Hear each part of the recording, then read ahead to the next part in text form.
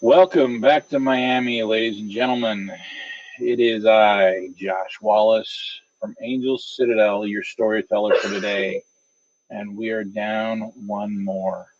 Um, we have had a player that had to take off for some personal reasons, and we're going to miss her. Caro, thanks for playing with us. We really, really appreciated the life you brought to Charlotte Delacour. Um, we'll send her off today as well. So at the moment, we do have our remaining two players. We'll talk a little bit about the future at the end of the stream. So let's really quick reintroduce them. Rusty, why don't you get us started? Hi, I'm Rusty. I play Victor Rockwell, and in Invictus Gangrel, who is currently in a lot of trouble. And there is a heavy possibility of who knows if he's going to make it out of this alive or not. That's a really good question. Let's find out today. Joanne?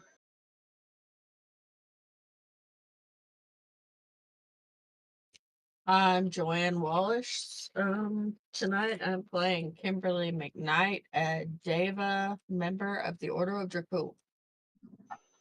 Excellent. So when last we left our characters, they were somewhat in trouble.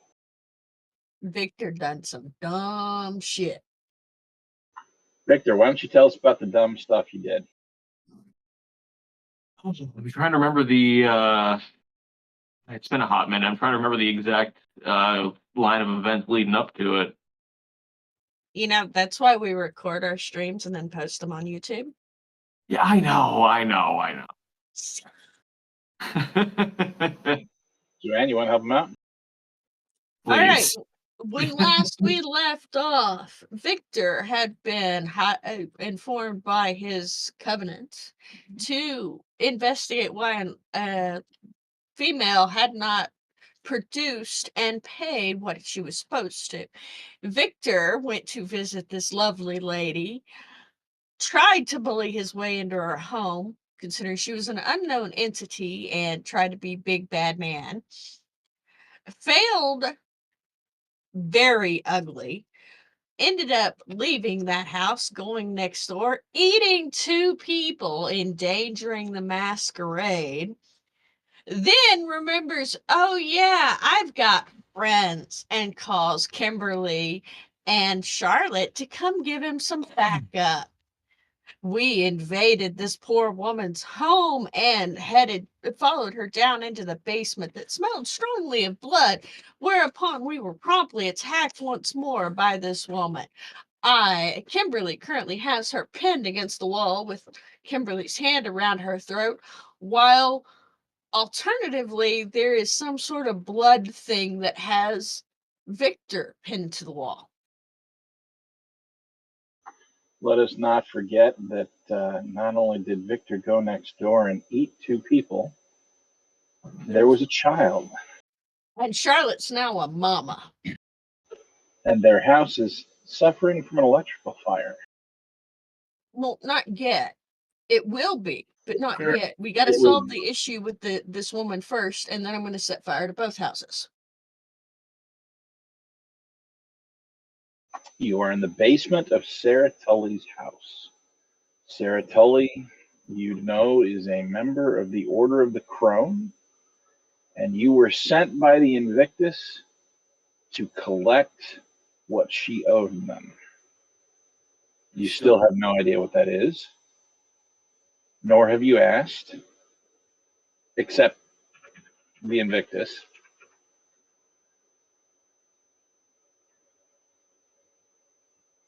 What you are pinned against a wall, Victor. What do you do? So Victor is going to try to at least claw his way out of the grip of whatever this entity is that's got him pinned.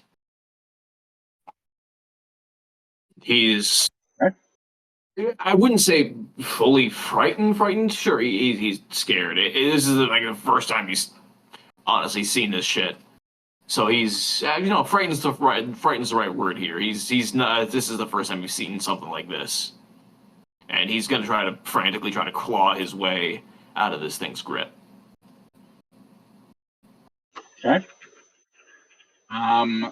You are going to make a, let's see here, a strength plus brawl roll All as you right. are grappling with this thing.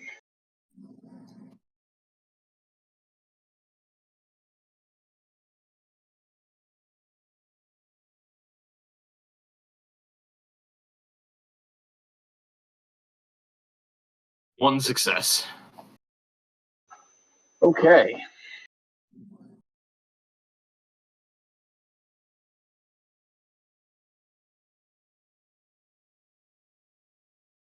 Let us see what the dice gods have in store for you.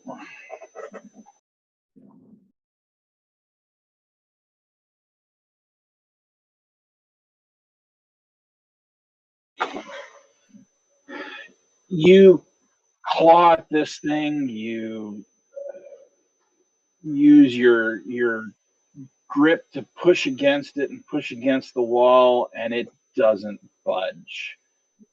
You do, however, feel it start to squeeze.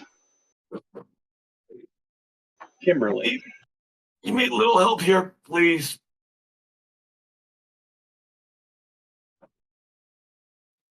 Has she done anything since I pinned her to the wall with my hand around her throat?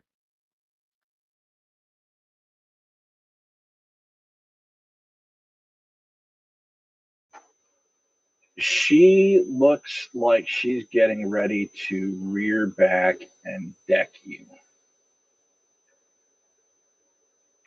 I'm going to pull out a handy dandy dagger that I got from my handy dandy hunter friends and place it on her breastbone. Don't play. We're not playing these games. You want to die? Pull the trigger.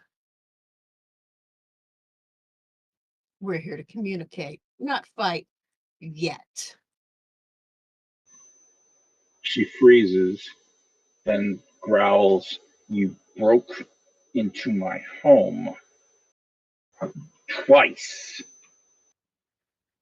No, this is my first time, but you endangered the masquerade. So I did no such thing. you We're cast a spell all, on Victor, we're the all adults are talking. You cast a spell on my friend, causing him to go eat people. The spell was yours.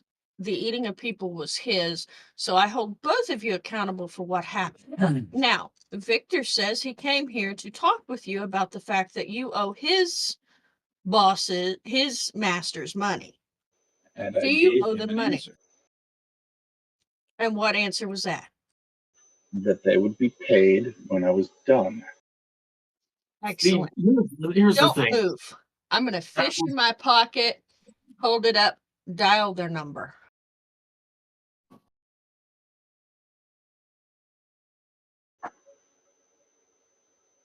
She looks down at the knife and then slowly reaches for the phone and begins to dial.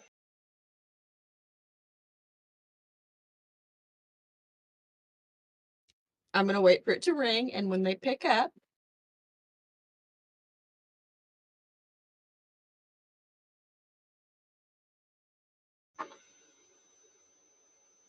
Well, Miss Tully. I didn't expect to hear from you. McKnight, because it's my phone. I thought my mistake.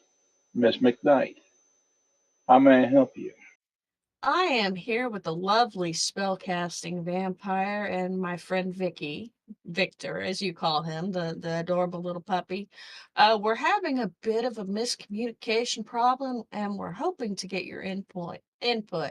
Victor says this woman owes you money, and she's saying that she will give it to you when she owes you something, and she says she'll give it to you when she has it. So I'm trying to find out, is this a communications error, or do I need to stake her and be done with it? There's silence on the other end of the line for a long Because moment. we're kind of having I believe my friend would call it a Mexican standoff.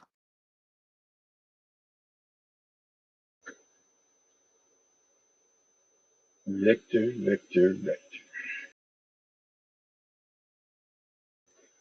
Miss Tully, I presume you can hear me. Yes, you've been avoiding my calls. I'm busy working on your project. That doesn't mean you ignore me. What part of I'm busy don't you understand?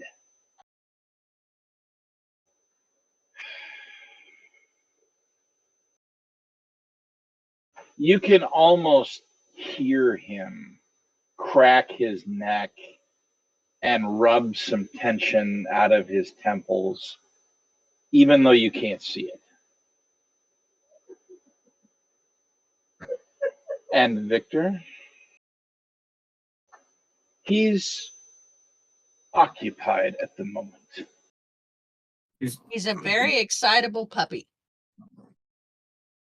Tell them the fucking truth. Come on. She looks at Kimberly. Have I lied?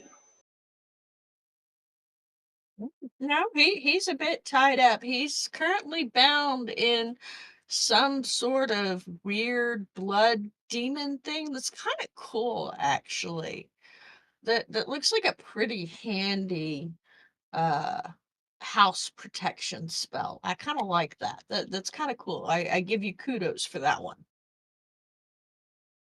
She looks a little bit upset for you sharing such information so freely. And you hear Trey on the other end of the line after a moment go, ah, that's how you're getting to hell. Fucking so what? You didn't do it.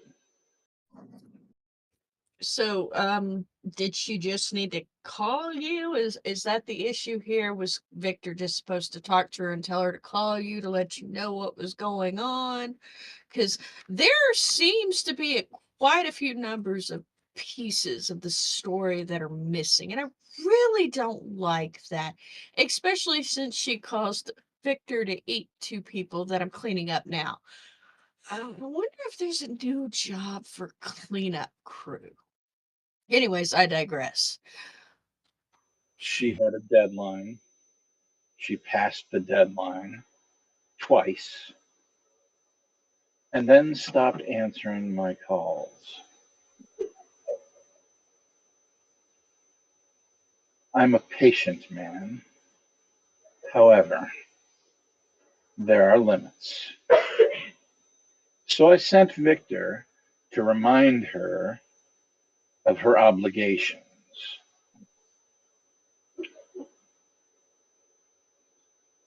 That obviously did not go well.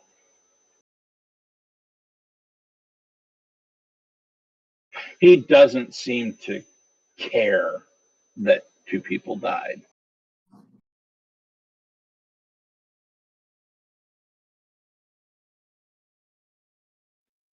That's fine because Kimberly's more annoyed about the fact that she's having to clean it up.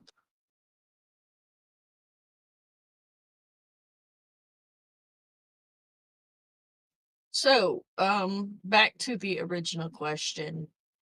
Do I let her live or do I kill her? Do we need to have a discussion about her getting a babysitter that'll keep in contact with you to solve whatever miscommunication issue this is, to ensure that such transgressions are not happening in the future? And getting Victor combat training.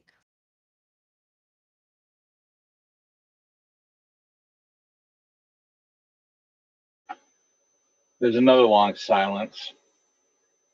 And finally he says, neither of those will be necessary.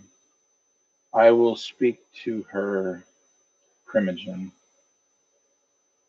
and sort out the contract. Victor will be dealt with appropriately.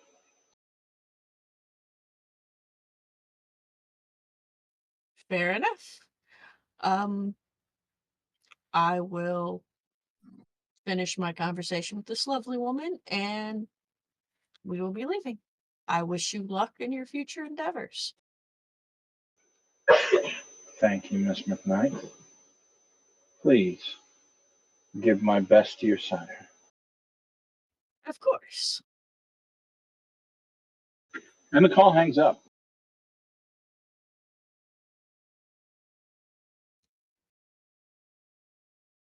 So, we are still at our standoff, so here's how this is going to work. I am going to have you release Victor, shove him out the door and up the stairs. And then I will step back and I will escort Victor out of your house, and you can deal with whatever consequences your primogen has chosen to give you. I highly recommend in the future that when you make a deal, if you are not capable of following through with it or needing assistance, you have a conversation saying, hey, I need a little more time. I've been encountering a few issues, because then this little fiasco and you nearly being dead again wouldn't happen. Top? You can see the naked hatred in her eyes. Or I can rip your heart out now. The choice is yours. Always, always the choice is yours. We can leave peacefully, or you can die. And I'll take my punishment from my sire for killing a crone.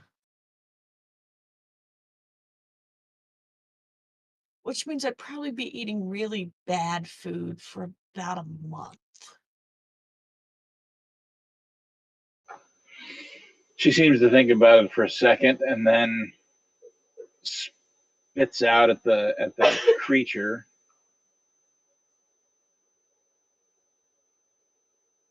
Shove him out of here.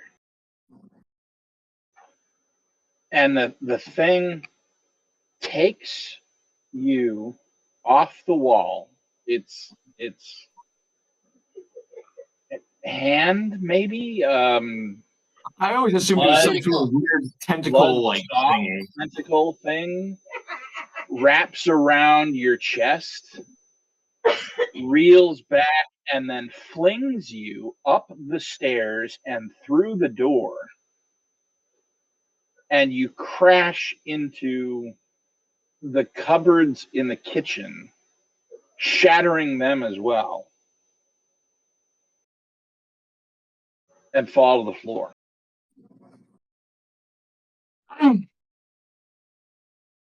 I will It hurt.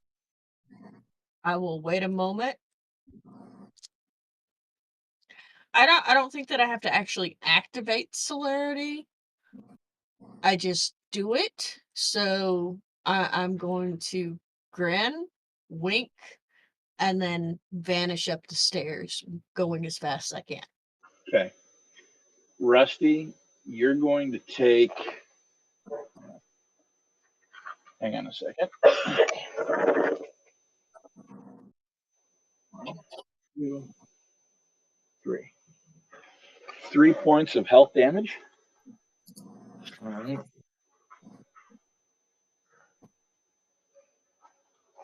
Because that hurt. Oh yeah, no, that hurts. And you vanish up the stairs. As you do, you hear A voice from downstairs. Fucking bitch. That would be Queen fucking bitch. Thank you. And I will pick up Victor and we'll exit the house. Okay. You leave the house. I'll pop over and finish setting the little electrical fire and add a little bit of, I don't know. I don't know what I could do. Joanne doesn't know, but Kimberly sets the electrical fire and then takes Victor and heads for her motorcycle and drives him back to Haven. Okay. Elysium. You head back to Elysium. As you leave, you notice that the car that Caro drives is gone. Well, Caro did say she was leaving with the baby, so. Right, but she said she was going out to watch Paw Patrol or whatever. Yeah, but she said she was going to leave with the baby to take it to Friday. Okay. Or at least that's what Kimberly is going to assume what happened because Caro's got a girl. Somebody else who can babysit a baby because Kimberly doesn't do babies.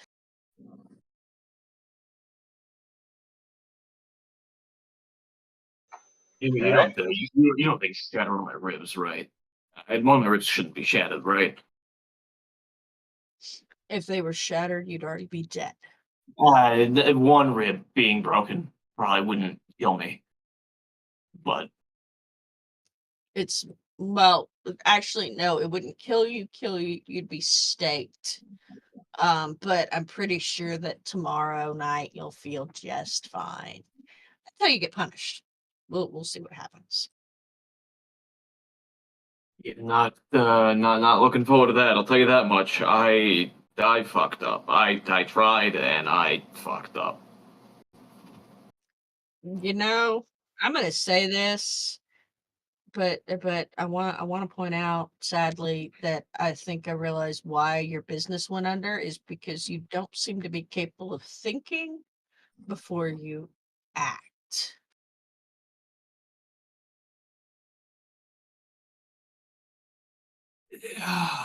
Shit, I can't even argue with that. You've repeatedly done stuff that you probably didn't really think out beforehand. If you just in case the worst thing happens to me, Kimmy, I just want you to know that it's They're probably not going to kill you. let me have this sentimental moment. I don't get a lot of those. All right. I will allow you to be sentimental for No, 15 minutes. the moment's gone. You ruined it.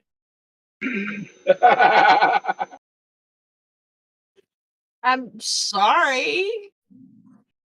I had this whole long thing, Bled. I had this whole long thing that I was thinking of on the way back here, and you ruined it.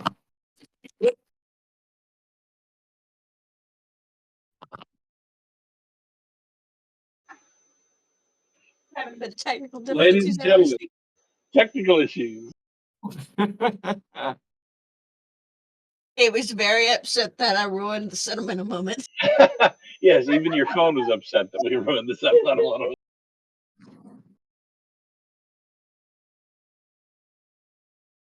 I love you guys. You guys are amazing. All right.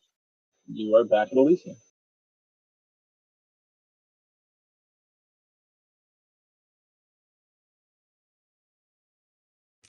I'm hungry.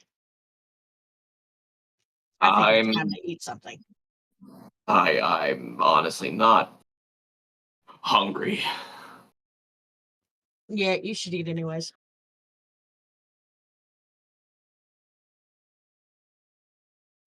Not a lot, but you need to eat a little bit because every time you eat, you heal. That's vampiring 101. Yeah, I know that. I know that. It's just fine. Let's get something to eat then. I will lead him into Elysium and go to the area that's got the food and hand him a bag of blood and take a bag of blood for myself, and we'll put some straws in our adults vampire Capri Suns. Okay. You drink some blood. Both of you, let's see, you didn't actually suffer any injury um, or use any vitae. Victor, you can regain one vitae. Well, I mean, technically, I used vitae when I Oh, fled, when you did celerity. Yep. So yeah, you can have them back.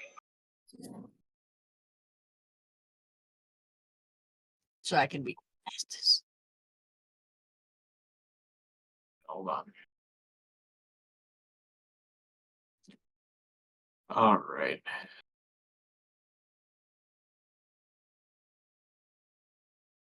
And regain one vitae.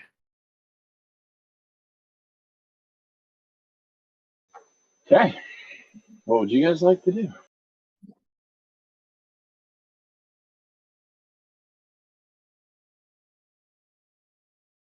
Honestly, Victor's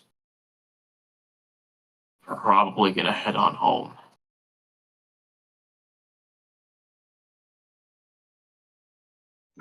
Okay. Because he's not sure what's gonna happen tomorrow, and he's just gonna kind of mull it over.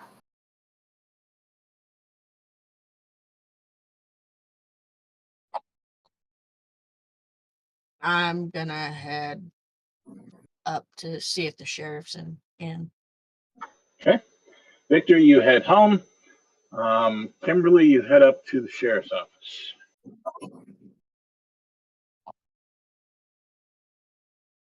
Always empty. His normal guard isn't there. Nope. I will knock on his door anyway, just in case. After a moment, you hear, "Come in." Is it the sheriff? Okay, just making sure, because yeah. Don't be suspicious. Don't be suspicious. Don't be. I'm gonna enter and I will illuminate. I will say, "Do you have a moment to where I can talk some thoughts out and get some input and advice from you?" Of course. Come in. Sit down. Your dude Arena is missing. I gave him the night off. Well, that was sweet of you. Who are you and what'd you do with the sheriff? And she He grins at laughs. him. I reward good behavior. He's done me several favors recently, and he deserved a night off.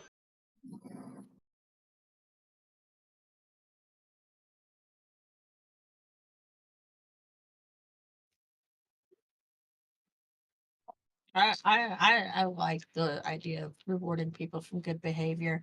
Um, I have some information for you, and it's probably going to get me in trouble, but I would prefer for you to hear it from me, and I'll go ahead and take my lumps like an adult. And yes, I'm kind of hoping it mitigates the me being in trouble part at least a little bit, because I'm not real fond of the whole punishment. I'm more of a punishment kind of girl. And then I tell him, You see him raise an eyebrow and look like he's filing that information away. and then I will go through and I will tell him what happened tonight. He listens calmly to the entire story, and then finally gets up and he goes and he pours himself a goblet of blood. Would you like one? I just had a Capri Sun, but thank you. He nods and he goes back to his chair, kind of slumps down in it, and takes a sip of the goblet, and then sits it on his desk and temples his fingers in front of him and looks at you for a long moment, says, "If you were in my position, what would you do?"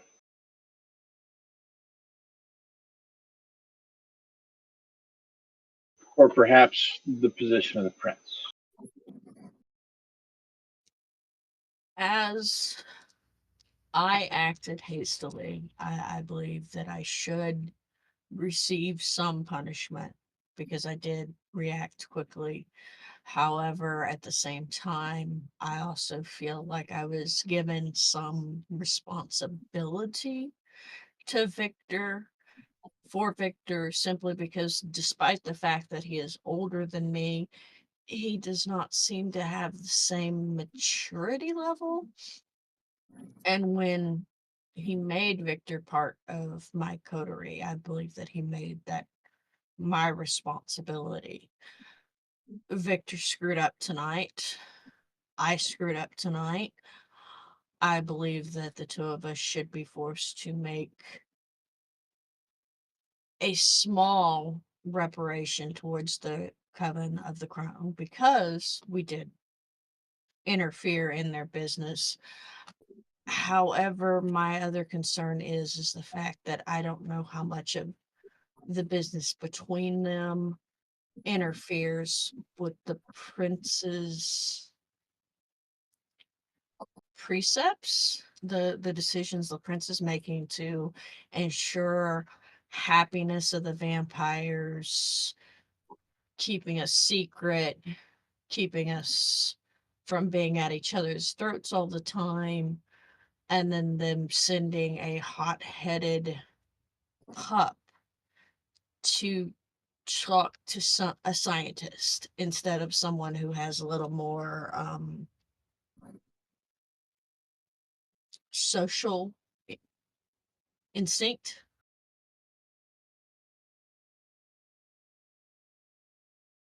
He takes up the goblet again and swirls it around and takes another sip and says, "Well,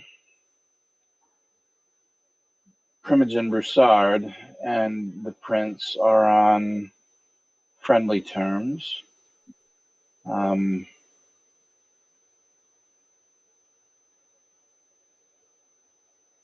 I don't believe that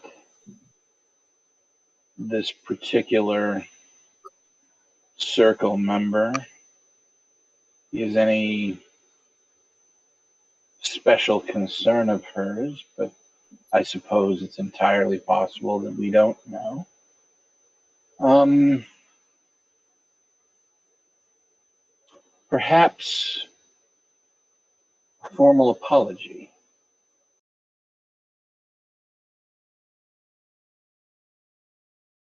And then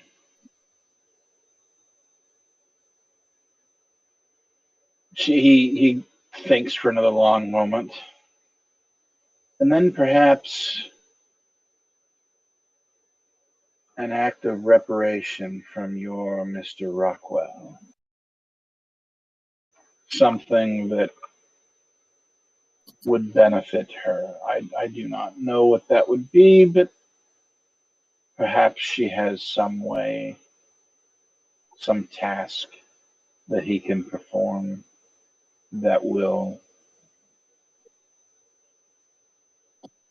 benefit her.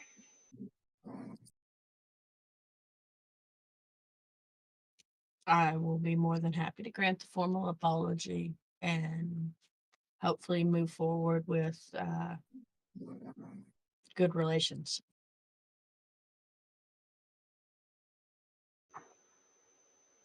Would you like her number? Yes, please.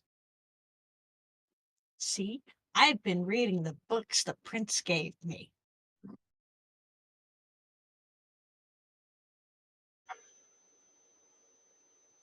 He takes a pad of paper out and he writes down a phone number on it. tears it off, and stands up, walks around the desk. He sets it in front of you, and as he releases it, his hand trails up your arm and up to your shoulder.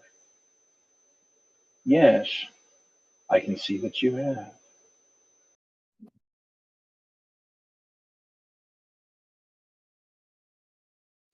Kimberly is going to freeze for a moment and get a little smile on her face and then kind of grin up at him and pick up the paper because she knows she's in the room of a much larger predator.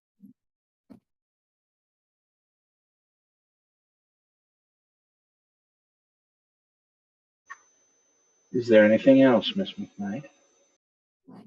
Not tonight, I think. I look forward to seeing you for breakfast later. As do I.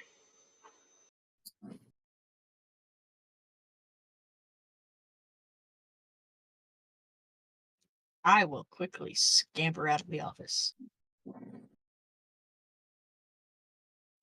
Kimberly is now very confused.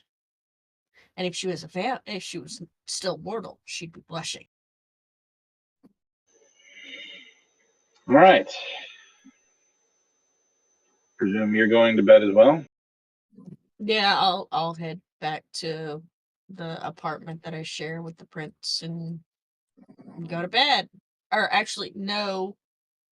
Yes, I will go to bed. I will send the apology the next night. That way, if there needs to be something more, I can do so. Because I figure by this point it's probably 4 or 5 in the morning. Close to sunrise. Yes.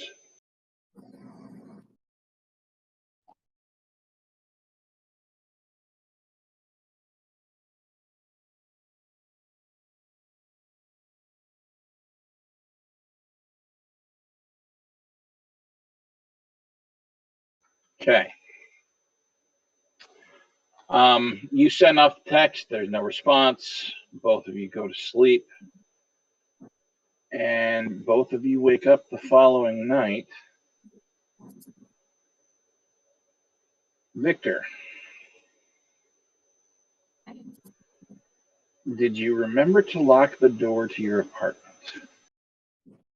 He normally does, so yes. Okay. You wake up alone.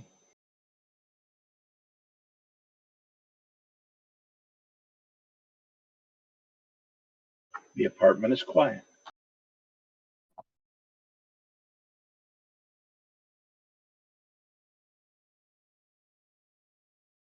Victor sits up, looks around. He was fully prepared for something to happen to him in his sleep, just in case. And he's just looking around. Take a deep breath. Okay. Time to, And he gets up and starts getting ready.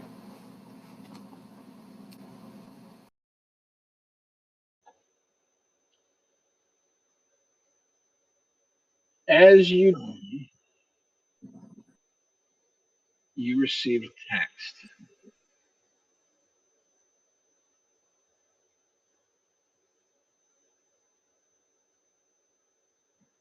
The text has a picture of what looks to be a seaside cave and some geographic coordinates. 3 hours.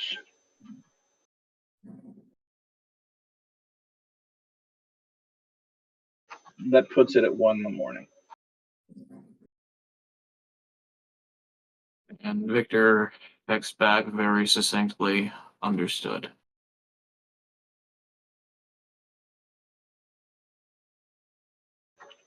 I presume you map the coordinates. They are very solidly in Order of the Crone territory along the coast.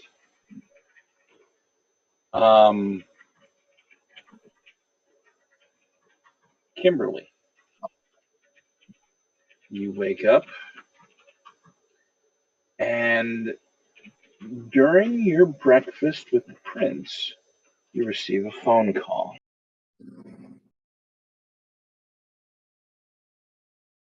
I will look to my prince and say, "May I answer this?" Of course. Do I recognize the number? Yes, it's the number you were given last night. Yeah. I will promptly answer it. Kimberly McKnight, how may I assist you today? Miss McKnight, this is Primogen Broussard.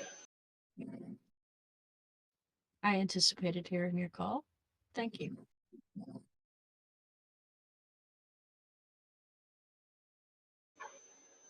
I would like to meet with you this evening and your Mr. Rockwell. We've already sent him a request and a location. Um, I'd like to discuss your text. Of course. I would be.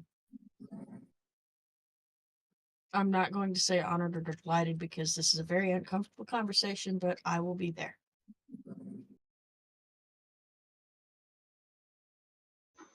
I'm a tad disgruntled with Victor at the moment.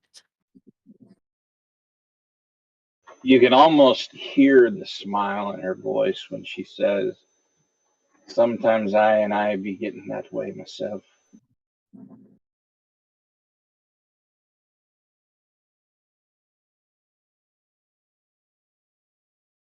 I look forward to seeing you.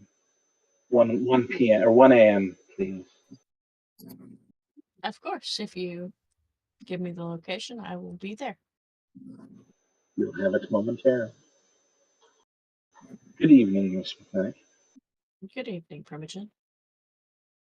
And you also get a text with a geolocation and the picture of what looks to be a seaside cave. Okay, she's gonna look at it. Down on the coast in Crone territory.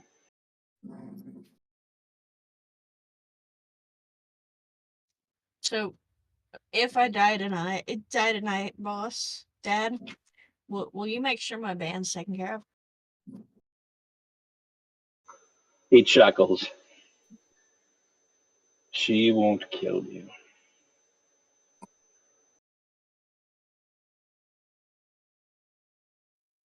Well, it's still good to plan ahead because I'm pretty sure I made her little buddy mad.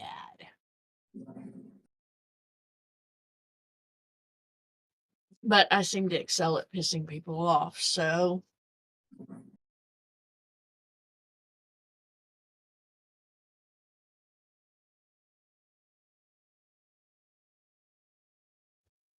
Kimberly will finish her breakfast, map the closest driving point to it to make plans to drive there and then get there before 1 o'clock. Before, but close to the 1 a.m. Okay. You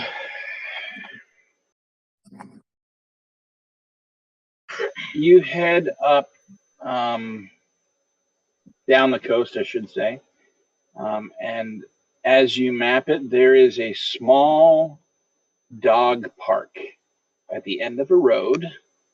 Um, some short trees and some decent amount of open space for people to let their dogs run. It's fenced in and things like that. It's nice area. It's called Chapman Trail Dog Park.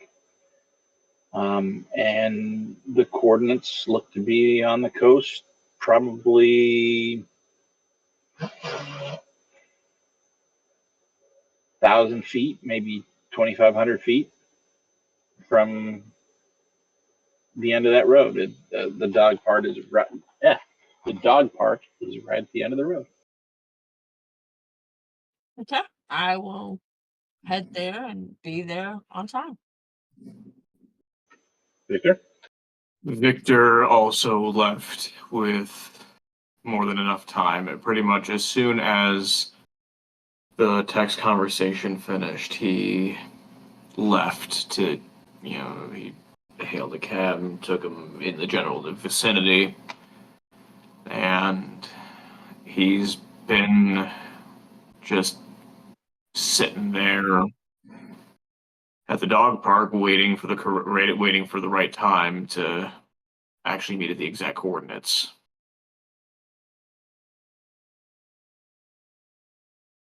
Okay. You see Kimberly's motorcycle drive up.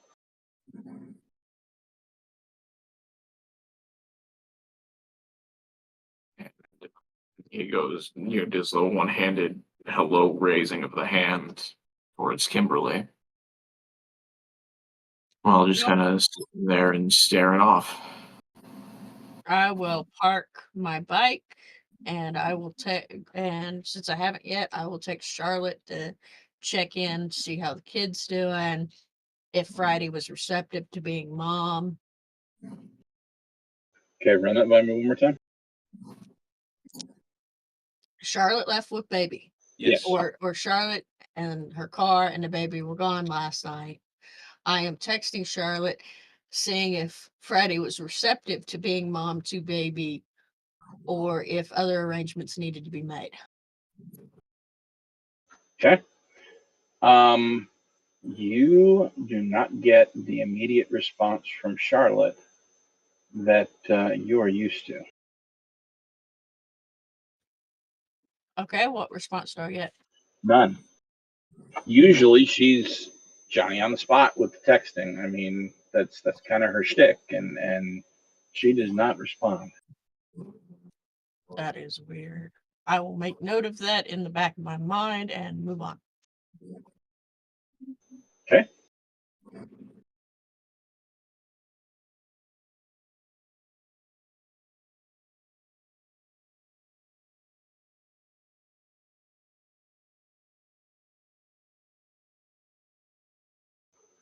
Two of you, when it's time, you walk down to the coast, and along the coast, you see in a dip, perhaps it's called a dell, a soft light flickering.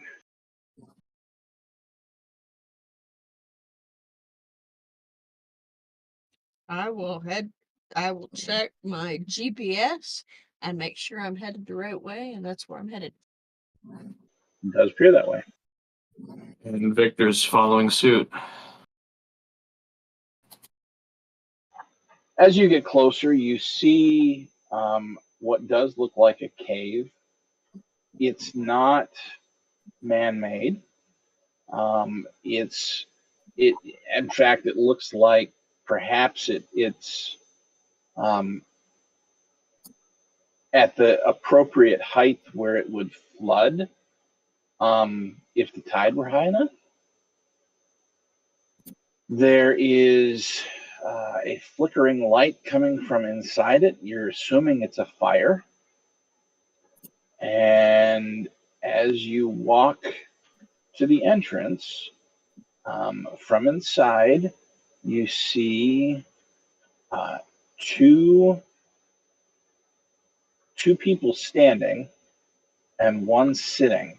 The one sitting is the one that of whose home you broke into, Sarah Tully. The two standing, one of them you recognize as Primogen Rosalie Broussard. The other one you do not recognize. I will approach the Primogen and bow. Primogen Rosart. Victor also. The appropriate bow for a Primogen that the prince has been pounding into my head. Where I won't be an uncouth street rat barbarian. Fair enough. You bow and she says, Miss McKnight, welcome. Mr. Rockwell,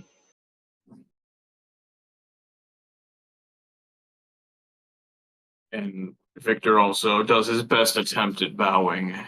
And I want to extend my sincerest apologies for all of that. I was. As you start talking, she holds up her hand.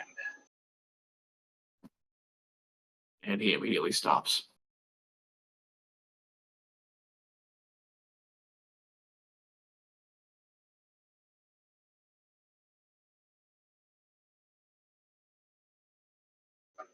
She turns and she looks at the woman sitting down, Miss Tully. He broke into my home. Kill him.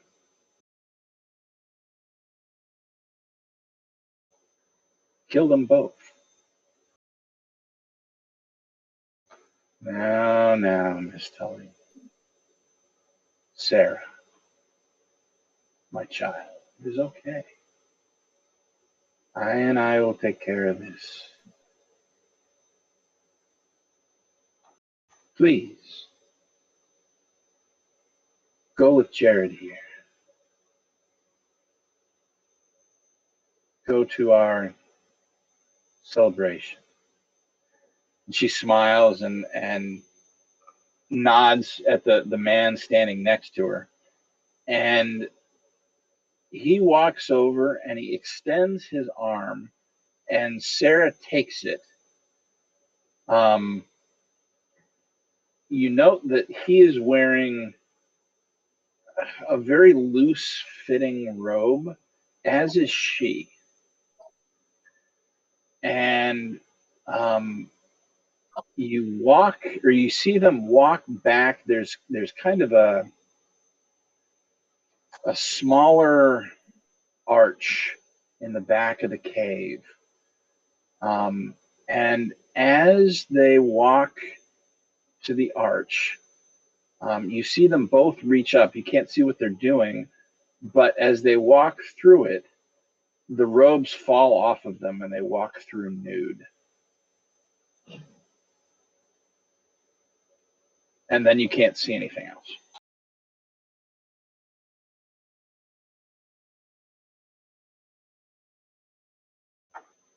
Now,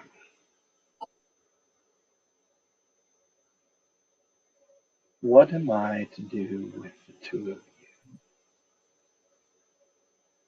Miss Kimberly, I thank you for your apology. Or Miss McKnight, I thank you for your apology.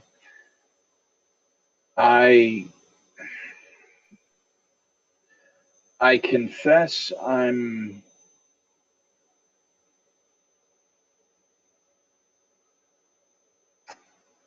disappointed. However, I can understand the concern that you have for your coterie. I can understand. She pauses, and you can tell that she's trying to find diplomatic words that don't come naturally to her. She is a dark skinned, very very poofy curly hair. Her eyes are slit. They're slits rather than round pupils. She looks very much, from what you've heard, she looks very much the Cajun witch doctor.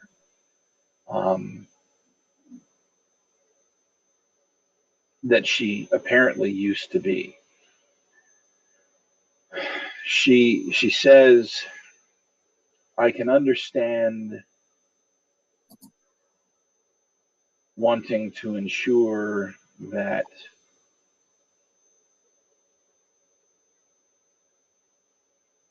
all of the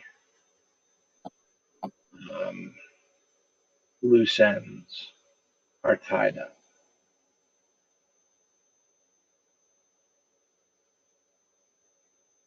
While I can understand and appreciate all of that, you were party to breaking into my devotee's home, even though it was under incorrect information.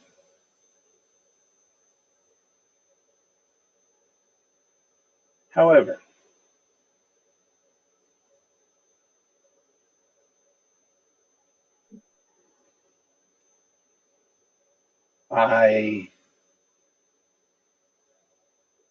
I would see a benefit to showing some leniency in your case, particularly as we are a small covenant, and I do not wish the prince's ire. So perhaps you will simply owe me a favor to be collected later, and with the prince's blessing, of course. Of course. I have no issues with owing you a favor with the prince's blessing.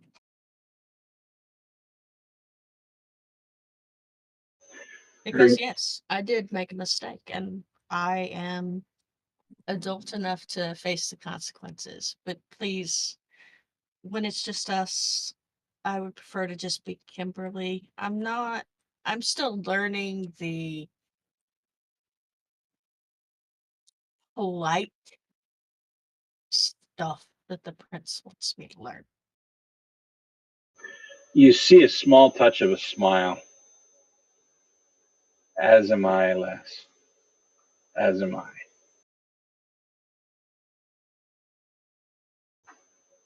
You may leave if you wish. Thank you. I will wait outside the cave for Victor. Or his ashes. Oh no. There will be no ashes. Oh, that's good then.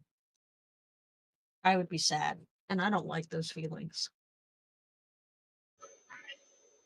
But you needn't wait up for him. And her gaze shifts to you, Victor. Yeah, Kimberly is going to take this opportunity to escape because she ain't playing with Primogen. She's not stupid. She's not playing with Primogen. Especially not when she's got a bunch of people back there running around nude. I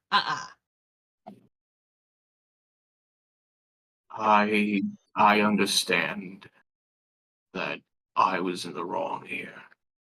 I was following up on what I was told to do, but that was no excuse for breaking in. And whatever you have coming my way, I will take responsibility and accept whatever punishment you deem fit. Silence. And immediately you feel your jaw clench shut.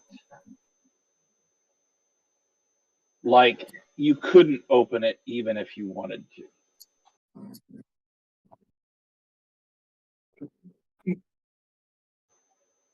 You were assigned by your covenant to perform a task. I understand this. The Invictus are very task oriented. They operate with deadlines and timelines and bureaucracy and everything else.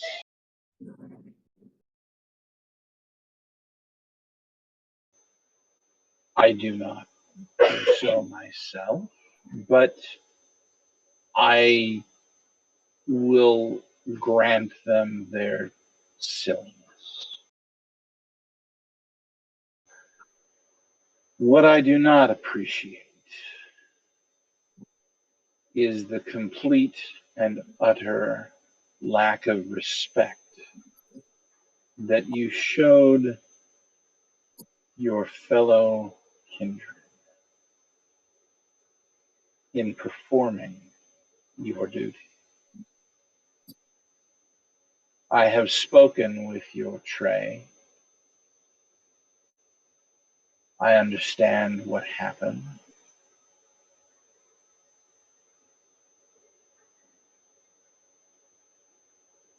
He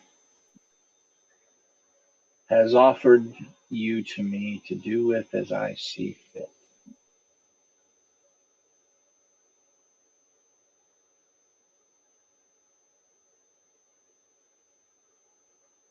And since you were not curious enough to discover what was happening at Miss Tully's home and to act appropriately, I will give you a boon that perhaps you may learn from someday. I will show you what a crone does, what our business is.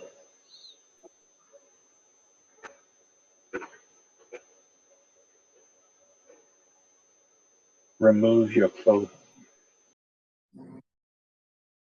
And he nods and proceeds to do so. Follow me. And she walks back towards the same opening. Your feet move. They don't. They're not under your control. They just walk. Do you fight it at all? No. Okay. So there's no herky jerkiness to your movement. You're just walking. She does not remove her robe. But as you go back, there is a thick, dark curtain of that velvet lined, like canvas, or I'm not even sure what's in the middle of that stuff, but it's like a layered curtain where the outside is velvety and softish, but it's really, really, really heavy. And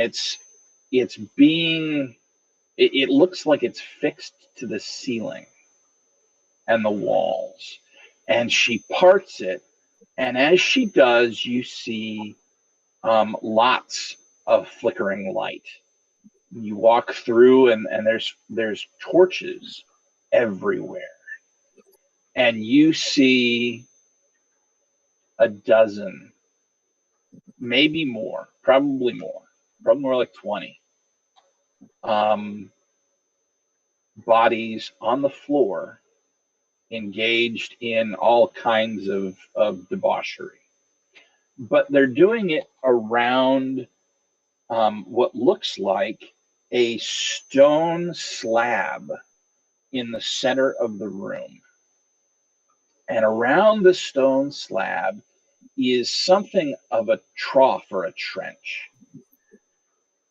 And she points at it and says, "Go and lay down on your back." And you immediately start moving. Do you fight? Not yet, I don't know. Okay. You lay down on this stone slab, and are you looking around at all, or Yeah, no, I'm looking around, kind of taking it all in. she walks to something of a cupboard. It's almost like she went to the Salvation Army, right, and got some god awful ugly cupboard that was 50 or 60 years old, and mounted it to the stone wall. She goes into it and she pulls something out and turns. And as she walks towards you, you see what's in her hand is an athame, much like Kimberly had in the basement of Sarah Tully's house. And she begins calling on the Night Mother, the crone, beseeching her blessing on the ritual that was about to happen.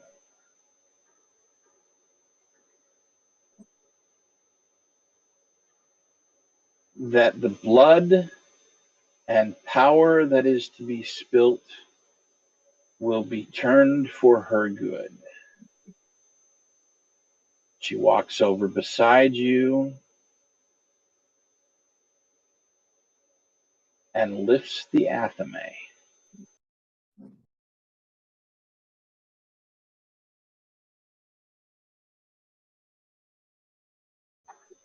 Take a deep breath in. What?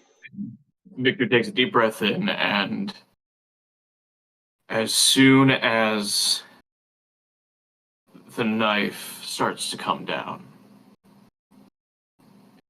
he is going to attempt to block it with just his bare arm. Just let it dig into his arm, but not the rest of him. Okay. So you are breaking a compulsion. You need to roll willpower plus blood potency.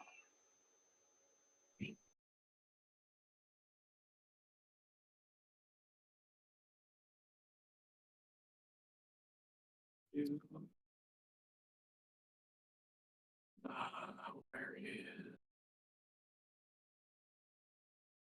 Said willpower plus blood potency? Yep. Yep. Okay. All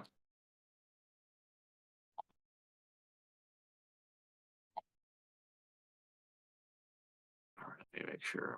All right. All right. And 2 successes.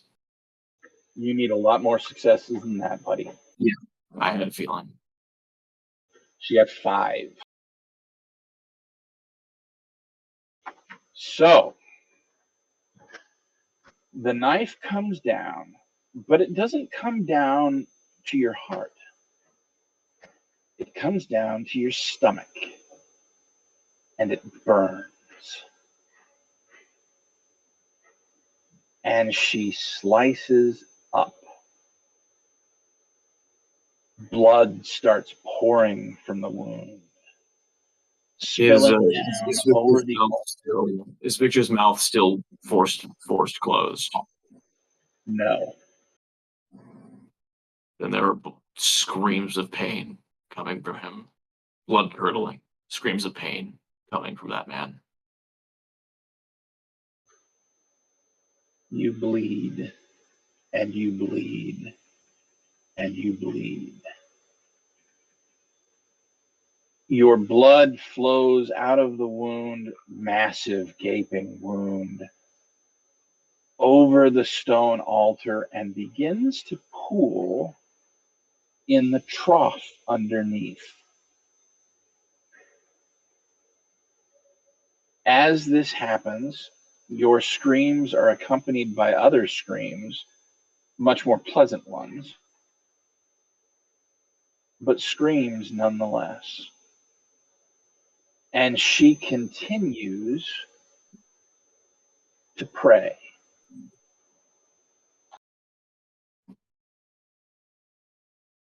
She pulls the athame back and licks it clean, and then turns and walks back to the cupboard, still praying.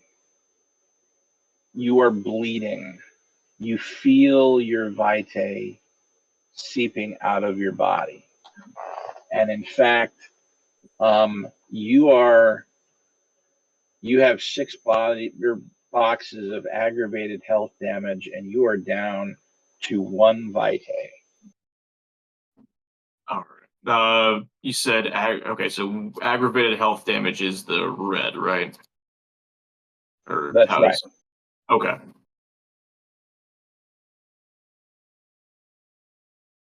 You said down to one vitae. Yes. Okay.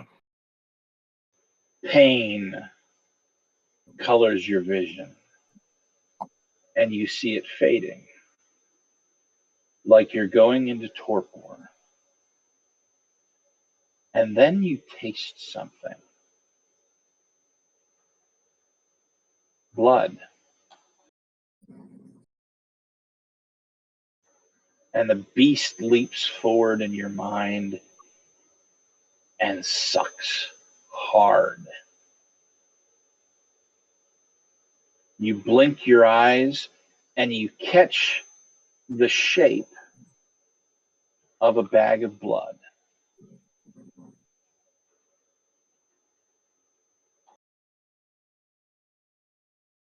And then you pass out.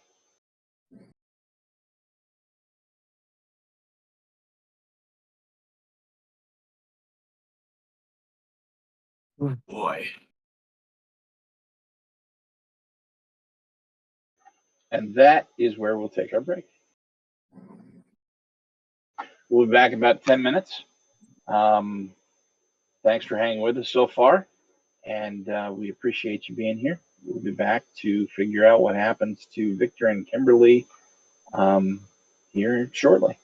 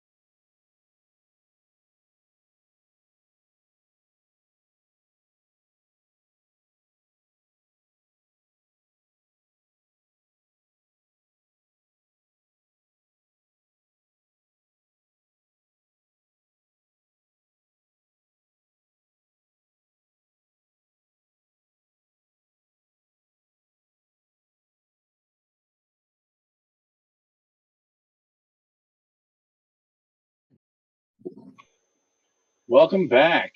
So, we last left our heroes. Well, okay, let's back up there. Heroes is No a one's going to heroes is a believe strong anybody. word. Yeah, heroes isn't even the right word. So yeah, we last left our characters. How about that? Victor is bleeding out on an altar, and Kimberly has gone out of the cave. Did she leave, or? Yeah, if she's told me not to stick around, I'm not sticking around. Alrighty. Where are you headed? The night is still somewhat young. I figure if Victor needs me, Victor can text me because he's got my number. So I am going to go ahead and check on my band and catch. I don't know. Yeah, I'm going to go check on my band, get us ready for a concert because we're probably going to have another one coming up. And then You also have an interview to get ready for. Yep. We'll go get ready for the interview, make sure I have a list of the questions they're gonna ask.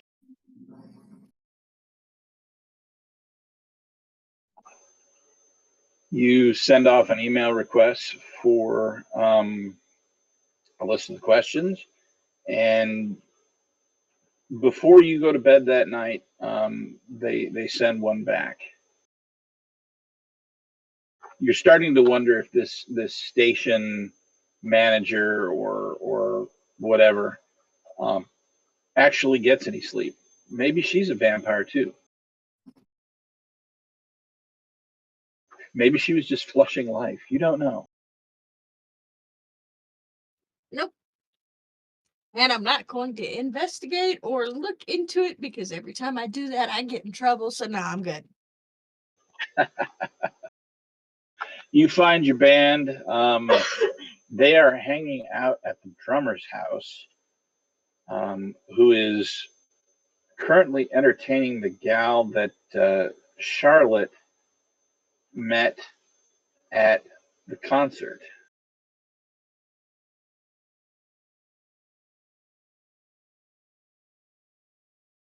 The little girl, Yep. I'm gonna greet her. Hi. Hey, how's it going? The girl looks up at the drummer, kind of a dreamy expression on her face. Really good.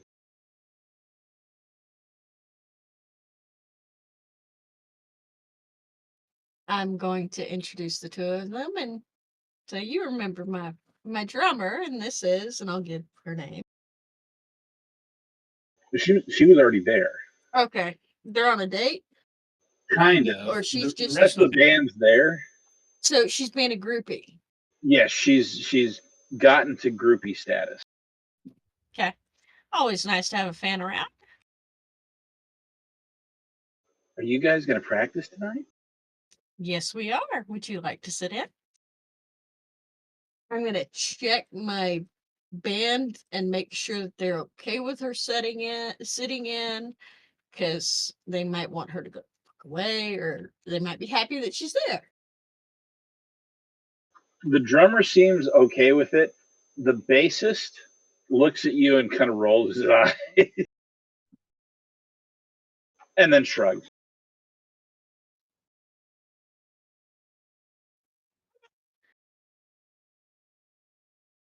Well, I'll allow for you to hang out for a little bit, and then when we start working on our new secret songs, I'll have to ask you to leave. Okay?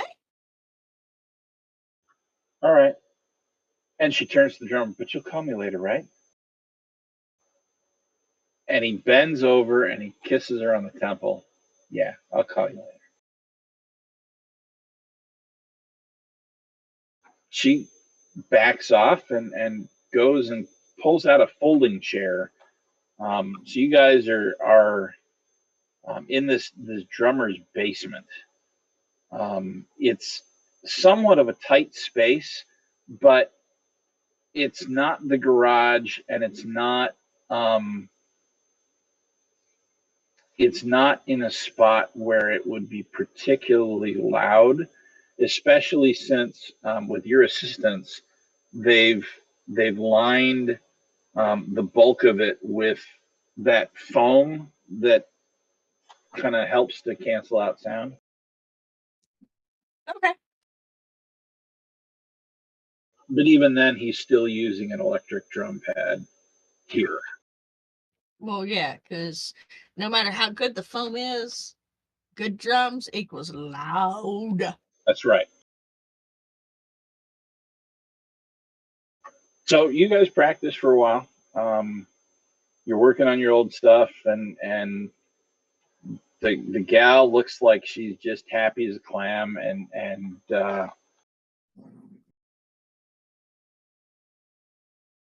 your other groupie, Chase Boone. He's kind of head banging a little bit. You see him with his new haircut, and he's still got it. But he's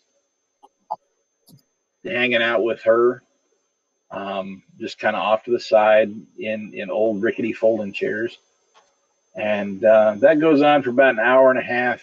And then you work your way through the set and get to where you do the new stuff. Yep, I will escort her out after the old set, and by the time you get back downstairs, the jokes are flying at the drummer, and he just looks absolutely somewhere between flustered and irritated. She's cute. Yeah, she is. Now, the only thing I'm going to say is that, are you happy with her? I think so. Okay, so we'll just let it ride and see where it goes. And he flips off the bases. He's just jelly because he needs to clean his pipes too. Hey! Is my statement wrong? Do we need to find somebody who's cute for you two? And I'm going to completely mimic what he was teasing the drummer with. I don't do cute. No, you like him spicy. That's right. Don't you forget it. All right. So you're working on new stuff, or is there something else you wanted to talk to the band about? I'm gonna go over the interview with them. We're going to go over the questions because I will have made sure that we got the questions beforehand where we could work on our responses to the point where they're not scripted responses, but they're also not responses, and then we'll work on the new stuff. Makes sense. All right. You work for another couple of hours. You do not receive a text from Victor, and you do not receive a return text from Charlotte. Yeah. Kimberly doesn't know where Charlotte lives, so she'll send another text. Kimberly doesn't. And I don't know if Victor knows where Charlotte lives. He does not. And Victor is not with Kimberly, so I'll try another text. I'll wait another day, and if I don't get a response the next night, then I will ask the prince if we can do a wellness check. Okay. Because Charlotte did mention the creepy flowers being left for her. Okay. You head back to bed after you finish. Victor, you wake up ravenous.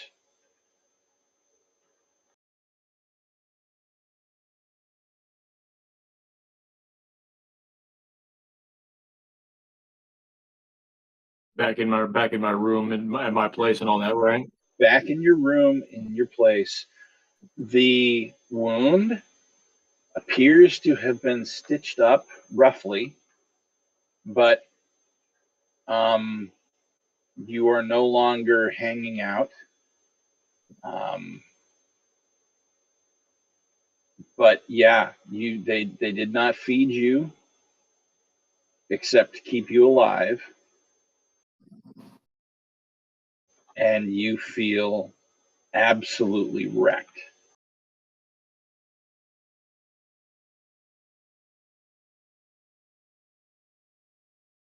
And he wakes up and he is exhausted, starving and exhausted. And am I fully clothed back in my place, or or were my clothes left behind?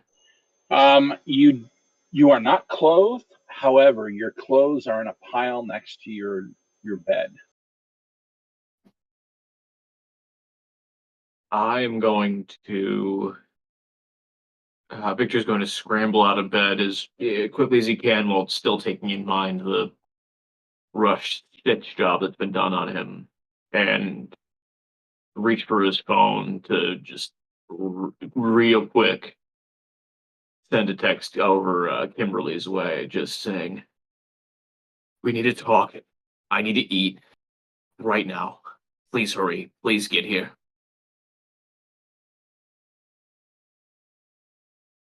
Okay.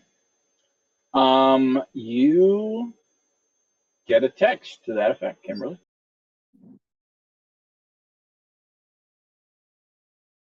Okay. I'm gonna reply, ask him if he's okay and if he needs me to bring him a Capri Sun. No, not okay. Yes, bring me the Capri Sun. All right. I am going to get it. I'm going to stop off and drink a goblet of blood and kiss the prince on the temple and run my fingers across the shoulders of the sheriff. I need to take Victor a Capri Sun. I'll be back later. I'll see y'all at Elysium. Is the pup all right? I think he's discovered why you don't play with people that are older than you.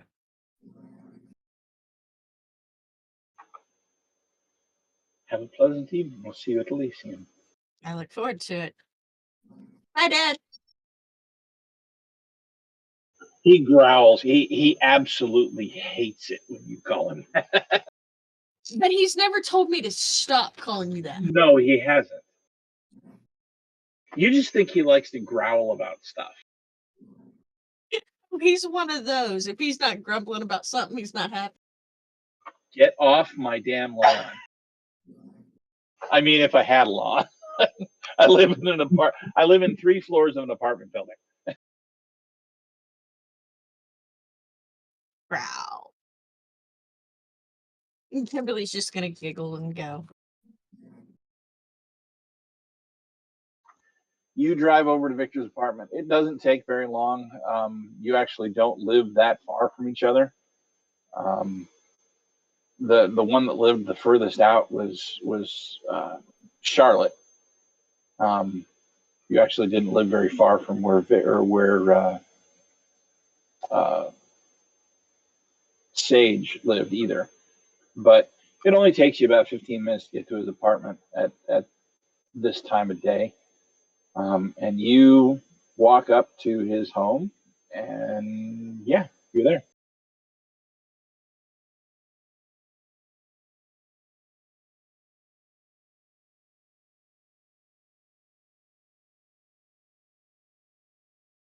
Okay. I knock on the door and say, Victor, puppy. It should be open. I will go in and hand him his Capri Sun. Victor is currently on the ground, he's sitting down, kind of crumpled over. He at least managed to get some pants on, but other than that, Like shit. he looks like shit. He is. You can tell he's in immense amounts of pain. And he grabs You're not dead. Even hunched over, you can see the cut. I will hand him his Capri Sun with a straw stabbed into it so he can drink it. And Victor just snatches it right out of her hand and sucks it down. Victor, give me a composure or a willpower plus blood potency roll. Ooh, okay.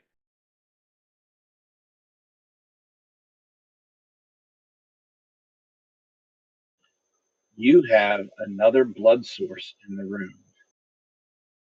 Yeah, you don't want to play with Kimberly. I take it 2 successes don't do anything, right? You got 3. No, You shit. Oh, I explode. did 3. That's it. I was looking at the last one. All right. With 3 successes, you manage to shove the beast back down. Kimberly, Victor looks really, really, really hungry. And you don't really like the way he's eyeing you. I will grab him. I will go back out to my bike and come back with another Capri Sun. Okay? Give that to him. He drinks it down. You can take 2 Vitae back, Victor. All right.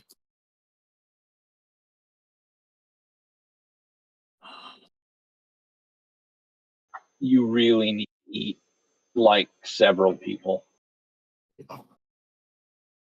Yeah. Give me. I really need to eat like proper. This ain't. This is This, enough to take the edge off to where you don't go on a murderous rampage through the no, city as we had for Elysium, so you can eat somebody. yeah. I might need to eat like several, to be honest. Oh, I fucked up big time, Kimmy. All right, above table question. Go ahead. If Kimmy stakes him, does he die, or is he just like a cord of wood until I get him moved to a new location? He's a cord of wood until you get him a new location. But he doesn't die unless He goes out in the sun, or you remove his head, or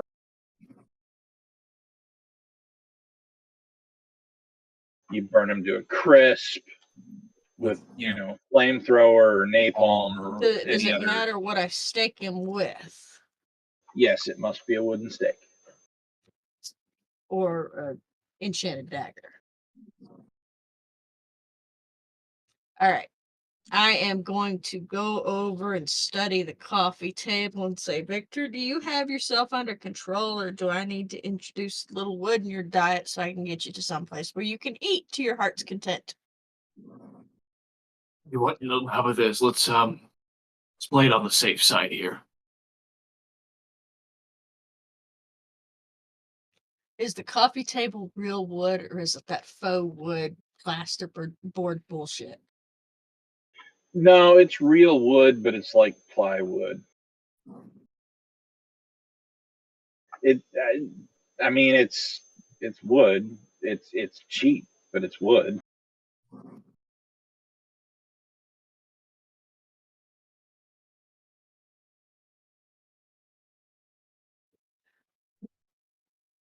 Would you be okay with me staking you temporarily? Kimberly's gonna Yeah. ask before she does it. Yeah. No. Because Go there was for the it. above Again. table conversation, now there's this conversation. Just making sure it's all straight in my head. The minute he gives her permission, she snaps leg, spins, and right in the heart. You are out. You're gone. All right. I will make sure that it's in enough to keep him out, but there's only enough left. Well, I should be able to pull it out, and then I'm going to backpack him down the stair down to my bike with his arms around me, and basically I'm piggybacking him to Elysium on my bike, and then taking him to a room and putting like 12 goblets in the room filled with blood before pulling the stake and stepping out.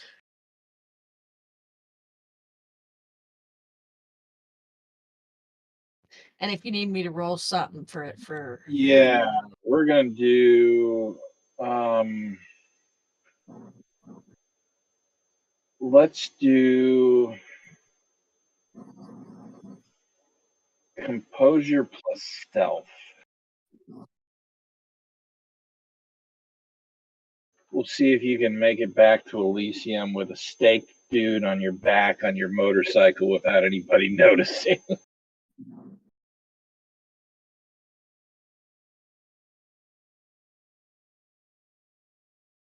Wow. Okay. 3 successes. You are smart enough to use alleyways and side streets and go slow enough that you can see police before you get to them so that you can change course. And so that the noise from your motorcycle is not extremely loud and saying, "Hey, I'm a hot rod." that's because I'm not riding a Kawasaki. I'm riding a Harley. His Hey, Harleys I'm are a sexy. hog. His Harleys are sexy. And no, he's not all up on me. He's on the bike. It just looks like he's a little more affectionate than he should be. But he's got a piece of wood sticking out of his chest. That puts him at an odd angle, which doesn't let you get super close. And so riding the bike and holding this staked person as close as you can and maintaining balance and speed, and it's not an easy thing. You manage to do it though. You get back to Elysium, you carry his ass downstairs, you set up a bunch of goblets of blood, you yank out the stake. Actually, as you walk down to a room where you can do this, you pass by the sheriff who looks at you with a raised eyebrow and somewhat bemused smile on his lips, but doesn't say anything. You go into a room, you set him down, you go back, you get like 12 goblets on a tray, you carry them all in and set them around him, and you unstake him and you pull out, right? You leave. Yeah, I just staked him, and despite the fact that Victor was okay with it, his beast would not be. And no, Kimberly doesn't want to know how how that's going to play out if she stays in the room after having staked him, because she really doesn't want to take his head after spending all this time and effort on him. Okay. It would make her sad, and she doesn't like those feelings. Victor, you wake up in a sudden rush and smell blood. Around you are lots of goblets that appear to be full of blood. As soon as he wakes up and sees the goblets, it's just instinct at that point. He's going around downing each and every single one of them. Okay. You can take back another 3 vitae, but then they stop giving you some. And your beast roars. It needs to eat real food.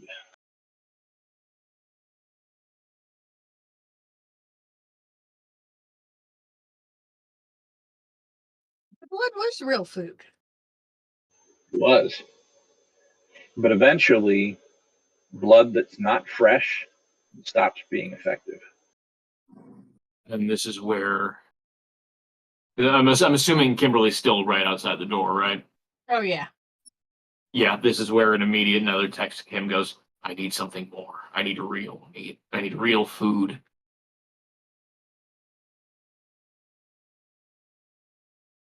All right, this time I'm gonna go get one of the slaves,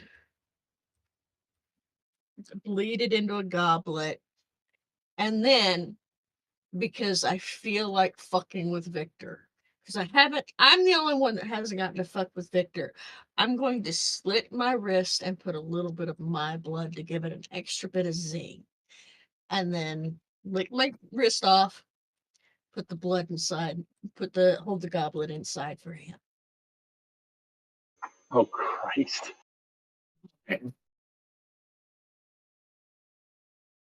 Does Victor notice anything off with the cup that was handed to him? There's a huge difference between kind blood and vampire blood. Yes.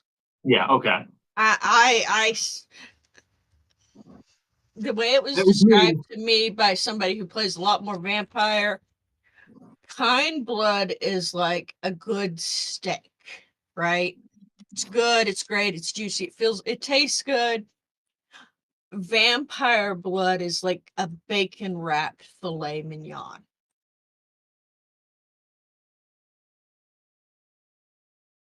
Okay. Which means that before, upon realizing that Victor's going to stay mostly behind the door, poke his head out to look at Kimberly. What the fuck are you It'll trying to do to me? help you, calm you.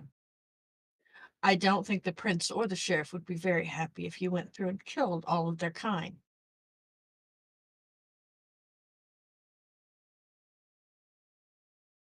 I have a higher amount of healing powers than just human blood. I I know. But still, you remember what happened last time. I have no interest in commanding you or ordering you around. It doesn't work that way. Fine. Victor shuts the door and downs it. Okay, you take all of your vitae back, and you are blood bonded to Kimberly For 30 days. for 30 days. Yep. How do I go back getting my my health boxes back, or does that just come from spending vitae to do that? You will, now that you have actual vitae to spend, you will get them back this evening. Gotcha.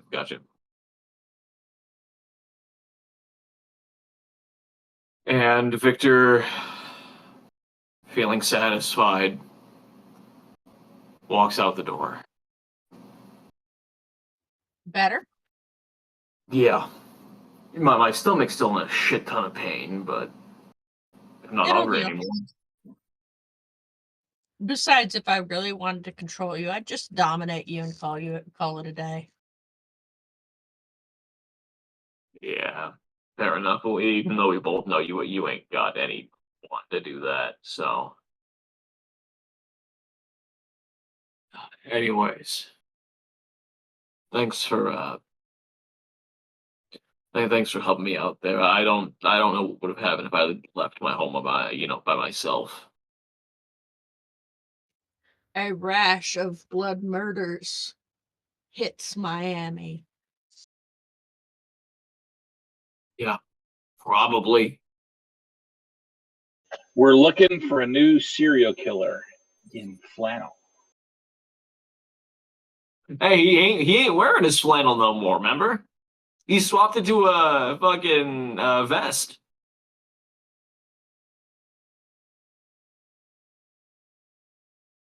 The vested serial killer. All right. So you are not great, but you're a lot better than you were before. Kimberly, you have more or less returned Victor to normality. I'm sorry.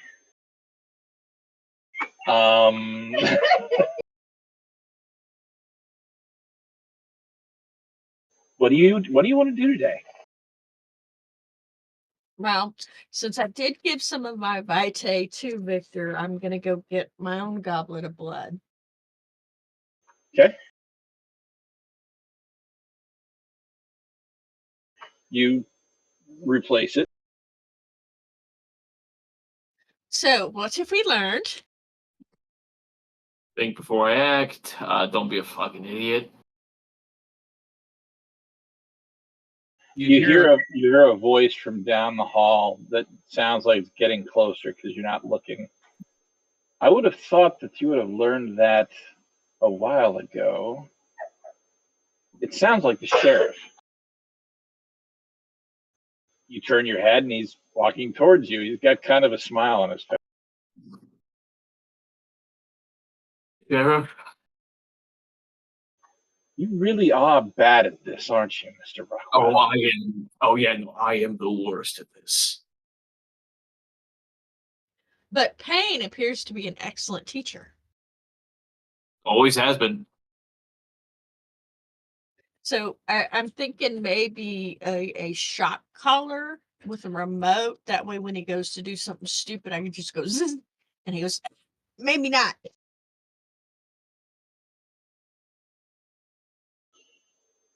The sheriff reaches up and he places one finger on his lips like he's trying really, really hard not to laugh. And finally, in probably the most unsheriff-like gesture you've ever seen from him, he says, only if you get the little bone ornament that says puppy. Oh. Oh. Oh. Really starts laughing her ass off. Victor can't help but let out a small little chuckle at his own expense. Have a pleasant evening, you two. You And he too, turns and walks away.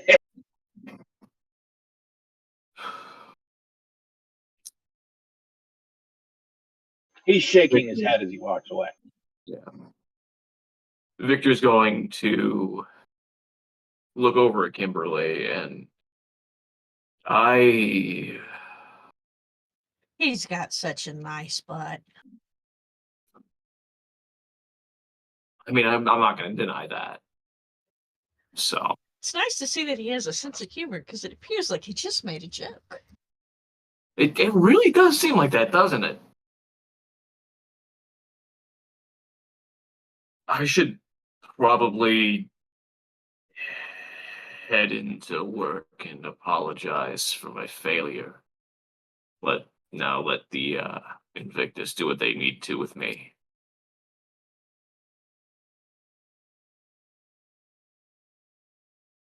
So, Kimberly, I will see you. I'm starting to think maybe you need to not be with the Invictus anymore.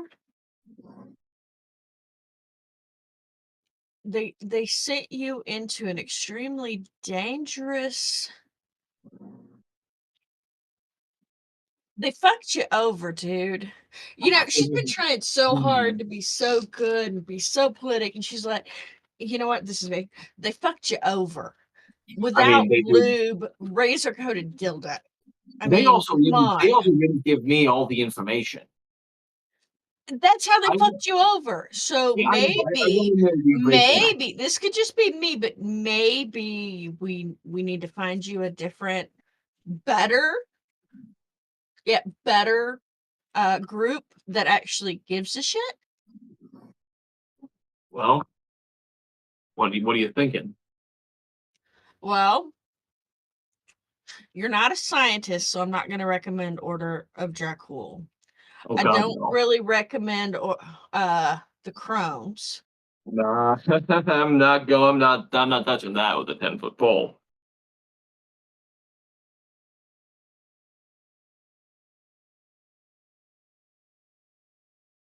So I guess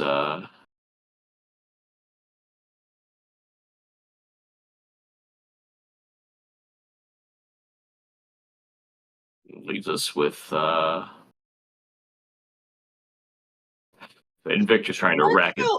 Let's go have a conversation with the Carthians. That's what I was thinking.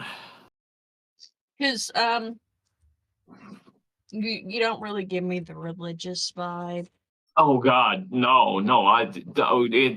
Back before this, I was a diehard atheist, man. So Carthians it is. Let's go have a conversation with them. And we'll head for court and look around to see who's available from the Carthian sect. Sounds like a plan to me. But should I still go and apologize for failure, or no? No, fuck them if they can't take a joke. They failed you, therefore you failed the mission. Not enough information, not enough instruction. Yeah, some of the stuff that you didn't do was common sense, but they sent a pup to do a man's job.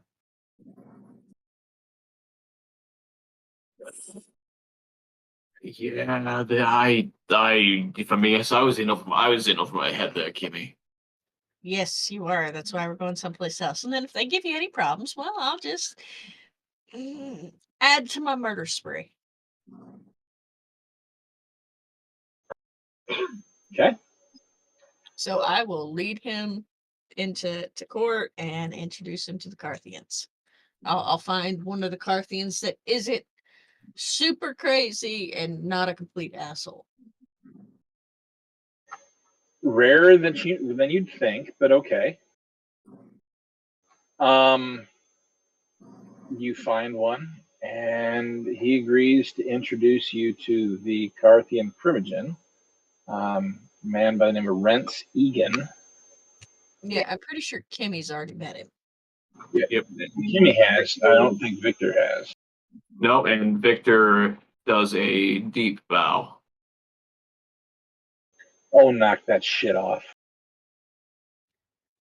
They really don't like being bowed to. You treat them with respect, but they get mad if you try to use the prince's ways with them because they don't like it. And you couldn't have told me that beforehand? Did you? Where would the fun have been in that? Truth. That is. I like that. That is very much truth. He's And got also, a smirk on his face. and also, do what I'm doing. Did you see me bow? No, I did not. How many times do we have to have this conversation? Since you are el puppy, le bambino, you do what I do because I know what I'm doing because my sire actually took the time to fucking teach me. Yeah, well, that must be great having a sire that actually cared for you. So, I'm trying. I'm not I your know, daddy, but I'm I trying to help you. So, I know you're trying. I'm sorry. this is It's just, Victor. The assholes burned him. He would like to have a new home with a new order. I thought of you guys because you guys are actually kind of care and you'll knock some of his stupidity out of his skull or sarcasm it out, whichever one comes first. He laughs, looks at Victor for a second. Wait a minute, you're Atticus's boy, aren't you? Yeah, I am. I've been wanting to get over on that fucker for a long time. Go on, get it all out. No. Like your boss. He doesn't like the guy who used to be in charge of you. He's happy to take you because it'll piss him off. Oh, fuck. Okay, yeah. He's cute, but he's not the sharpest. I'll introduce him when I crew that. Fantastic. I hope you guys have a wonderful conversation. I'm going to go find somebody else to bug for a bit because I figure you're going to have your shit to talk about. So I'm going to go, I don't know, bug the prince for a bit because he's my primogen and my daddy. The Carthian looks you up and down for a second and then winks. I'll wink back and I'll head off and leave Victor in his capable hands. As you walk away, you hear the Carthian ask Victor, "So how long have you known the hottie?" Ah, a while. She's single. I I wouldn't recommend it. Ace, I do all kinds of stuff you wouldn't recommend. That's how you live, man. Yes, she's single. So you can tell him that yes, she's single. She is single, but He grins. Excellent. Slides his arm around your shoulder and very firmly steers you away, walking towards the elevator to lead you from Elysium.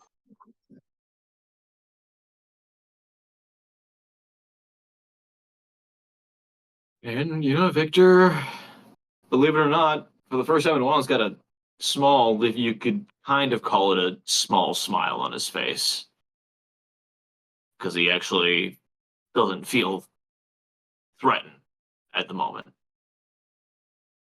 It's Kimberly's cookies. Kidneys. Kidneys, my friend. Kidneys. All right. So that is where we're going to end our session for today. We have some things to talk about. We have lost half of our cast now. So this stream is going to go on a little bit of a hiatus. We're working on some things behind the scene to rectify that. And we've got some decisions to make. We're not sure if we're going to come back with Vampire or hit a different system. Haven't decided yet. We're going to talk about that amongst ourselves. But if we do come back with Vampire, we'll see the return of Kimberly and Victor and two new characters, I'm thinking. And if not, we'll stream something else, and you'll all be invited back to watch a new campaign with new characters. So when that is, I'm not entirely sure. I'm looking at February, and February's still looking pretty good.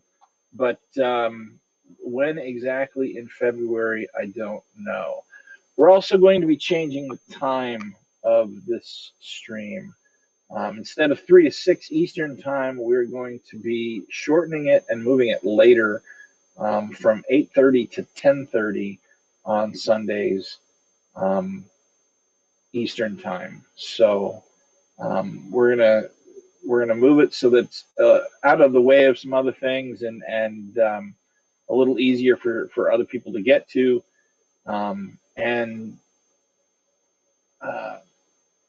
we'll figure out what actual campaign or setting we're going to be coming back with.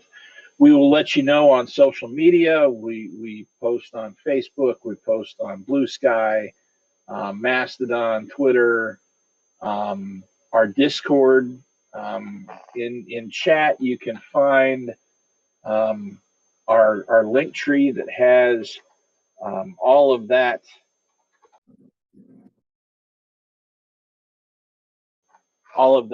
information where you can contact us, or at least some of it, I guess. Certainly the Discord, that's where we're the most active. We'd love to see you there. It's kind of our home citadel, as it were. So we appreciate you being with us and keeping an eye on this stream. We do have more to come, but for now, we're gonna say good morning to our friends Kimberly and Victor, and to Miami in general. And we'll see what the future holds.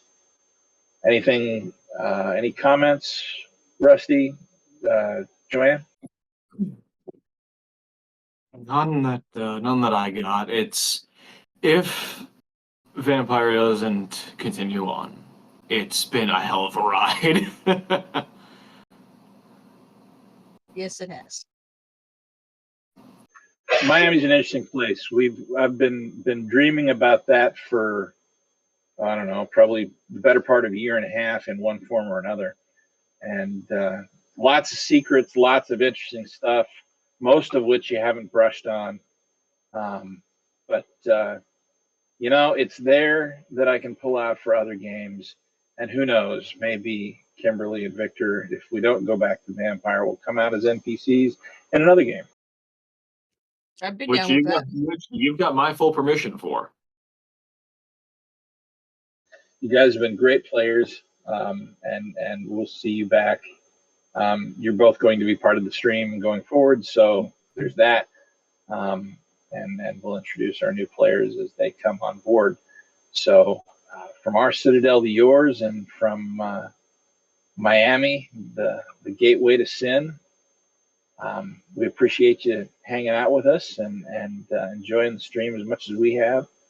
And we will see you soon. Oh, the other thing that I wanted to point out is that after I figure out how to use it, you will start seeing some of the stream available on Red Note. Angel Citadel Joanne is also on Red Note now. You may also start, depending on what happens, you may start seeing it on Moonbeam as well. Yes, for anyone who doesn't know, Moonbeam is a cipher. Moonbeam is an alternate Twitch streaming service From Money Cook Games. that Monty Cook Games has been a part of with their alpha release. And so if we end up going to one of their formats, we may end up dual streaming here and there. So that would be kind of an interesting move as well.